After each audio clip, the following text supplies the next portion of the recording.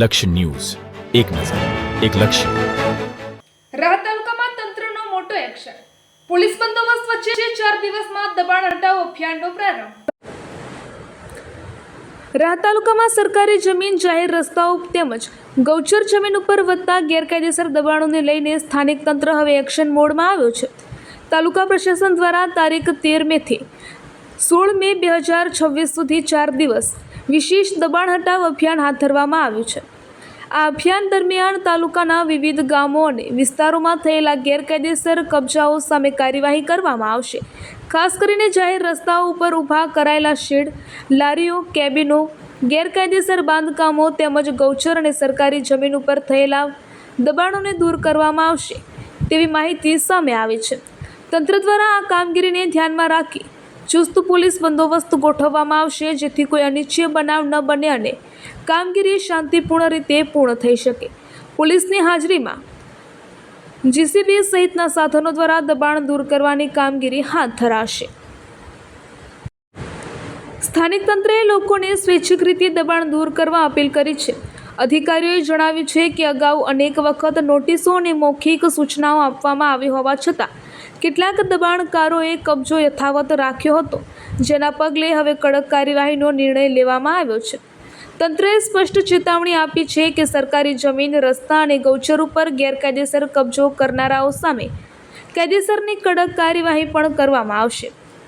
આ અભિયાન દરમિયાન દબાણ દૂર કરવા સાથે સરકારી જમીનને મૂળ સ્થિતિમાં લાવવાનો પ્રયાસ કરવામાં આવશે.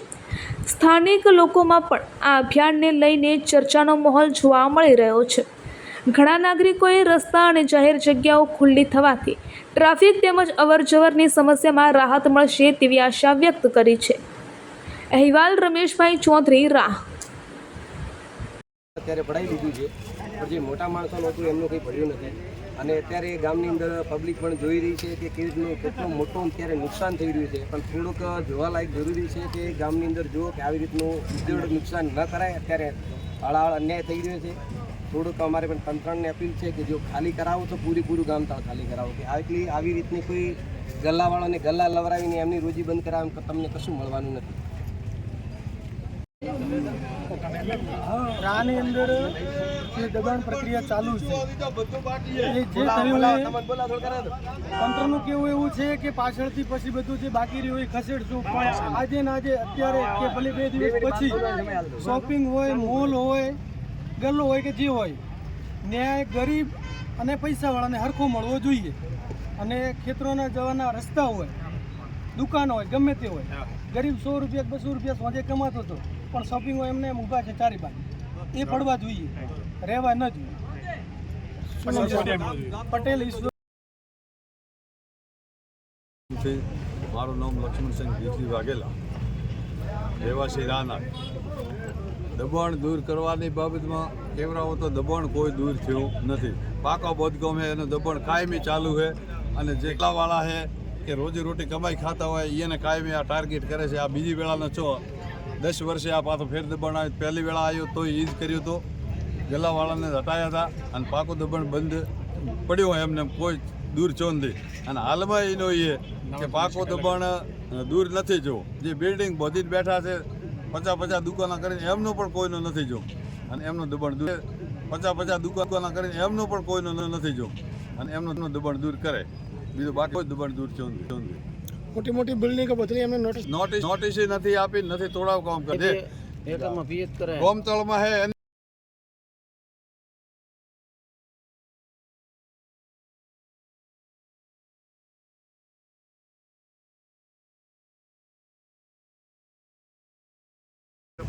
રાની અંદર ગામતળની અંદર બિલકુલ કોઈના 2 એકર જમીન પિયતની છે, મોટા બિલ્ડિંગો છે.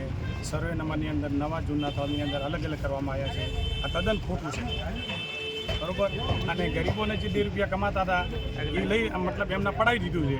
પણ જે મોટા માથા આવે છે ત્યારે સરકાર એના પાછળ ઓખ નીચી કરી નાખે છે. એટલે આ સતત ખોટું છે ને લાગવળમાં બધું કામ ચાલે છે.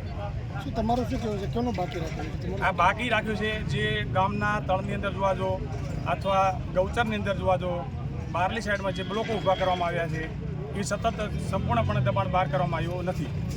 અને સતત દેખાણો રોડ ઉપરના ગલ્લા એ જે મજૂરી માણસ હતા એમનું પૂરું કર્યું છે, બરોબર. ને એમાં તંત્રને બધું દેખાઈ ગયું કે આ બધું પૂરું આપણે કરી નાખ્યું છે, પણ તદ્દન ખોટું છે.